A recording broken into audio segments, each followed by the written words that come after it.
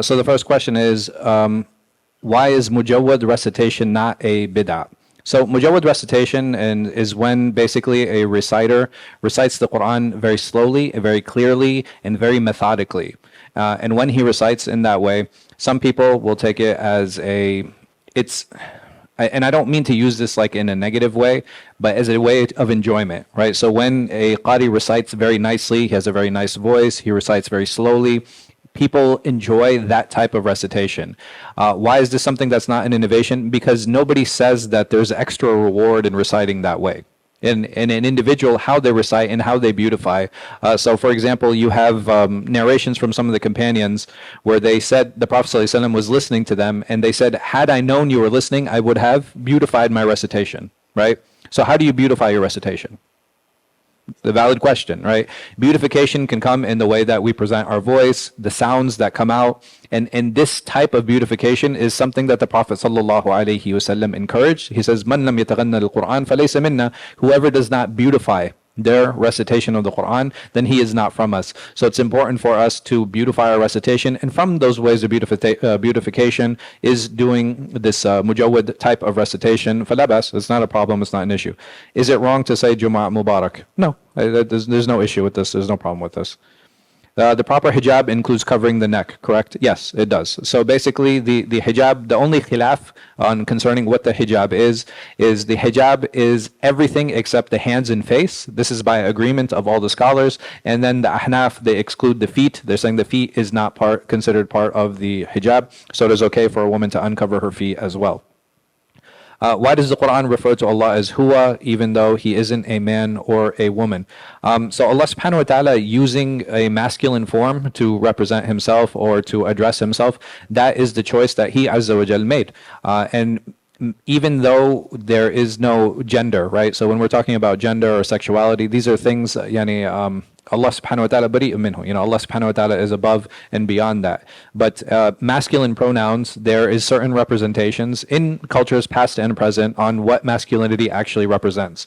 Masculinity usually tends to be a representation of power, usually tends to be a representation of authority, which is why you will have the masculine term used. And again, Allahu alam, and Allah obviously knows best behind the wisdom behind that. But generally, when we use masculine pronouns, this is the association with such terminology versus if Allah subhanahu wa ta'ala used a mu'annath or a feminine pronoun. How do you respond to someone who says your religion violates human rights for not allowing people to marry who they want to marry? And how do you deal with unwarranted changes? And how do you deal with unwarranted charges of homophobia? So there are a few ways to deal with this. If somebody's trump card toward you, if they say, "Oh, you're homophobic," you can ask, "Okay, why? What does that mean?" And if someone just keeps using that charge, say, "Okay, yes, I am. What are you going to do about it?" Right? There's nothing more that can be done. If someone wants to accuse you of being something, they need to prove it, right? Because the accusation is from them. The Prophet ﷺ, he said, "Al-bayyina ala mudda'i wa yamin ala man ankar." He said that the clarification is the one who's making the claim. So if I claim something, okay, you are responsible for proving to me that I am whatever it is that you're claiming or whatever it is that you're saying. How do you define that? And as for this idea of like, oh, well, you don't let people marry, because marriage is a religious construct, right? So marriage, the institution of marriage in Islam, is a very specific understanding.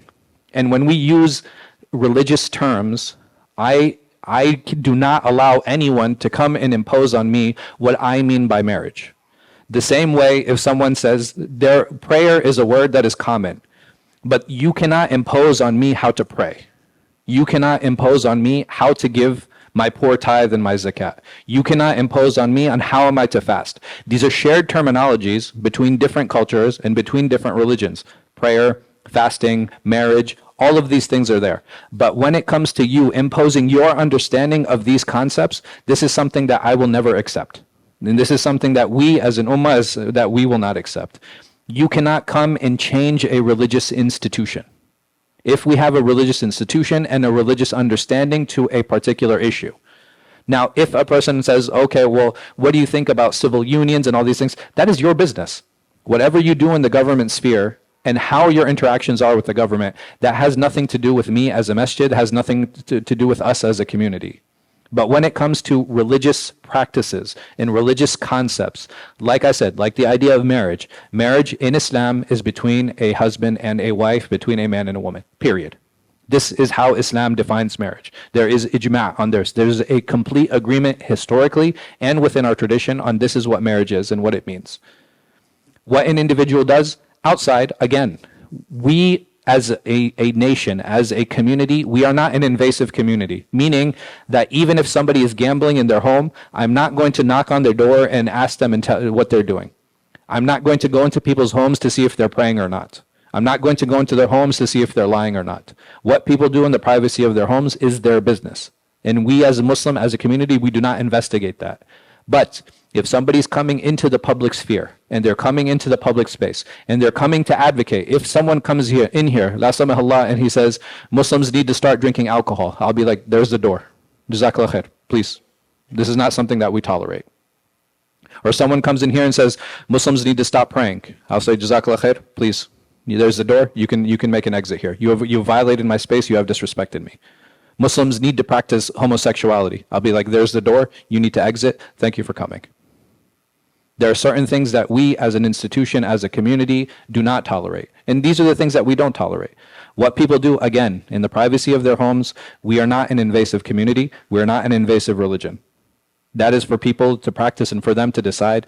And if there is a satr, if Allah subhanahu wa ta'ala has put a divider and He's put some kind of cover over someone, do we as Muslims lie? Yes, we do.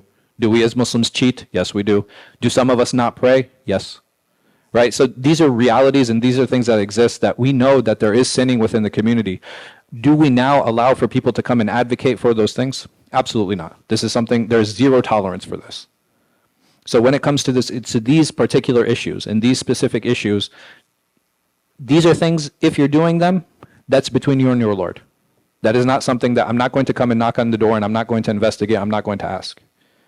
But coming into this space, coming into the Muslim sphere, going into public, even if somebody says something publicly, that person will be condemned. If a Muslim says that, hey, a person should be allowed to practice homosexual acts, from the member, we will get up and say a person is not allowed to practice that. This is something that is not acceptable spiritually, and there is accountability for this. The same way if someone said we should drink alcohol, the same way someone said we should start lying, someone say we should start stealing, we should start committing zina, right? All of these things, there's zero tolerance, zero. And these are spiritual things. These are things in the religion that we do not allow. And this is something that's very important to keep in mind. Again, are there Muslims who commit zina? Yes. Are there Muslims who lie? Yes. Are there Muslims who might even practice or do some homosexual acts? Maybe. But these are all sins. And these are sins that in the public space have zero tolerance. And all of these sins, can a person make tawbah from them? Yes. That I believe so. Allah subhanahu wa ta'ala, He tells us, إِنَّ اللَّهَ لَا يَغْفِرُ أَن يُشْرَكَ بِهِ وَيَغْفِرُ مَا دُونَ ذَلِكَ لِمَن يَشَاءُ. Allah subhanahu wa ta'ala says that I forgive everything, and I overlook everything except shirk. So who is tawbah for? Tawbah is for everyone. Tawbah is for everyone. And if an individual falls into any of these sins, can he make tawbah for them? Yes, absolutely. There's no doubt about that. So we ask Allah subhanahu wa ta'ala to protect us, to protect our community, and to protect our children. Jazakumullah khair. Wa sallallahu ala khairi khalqi nabina Muhammad wa ala alihi wa sallam.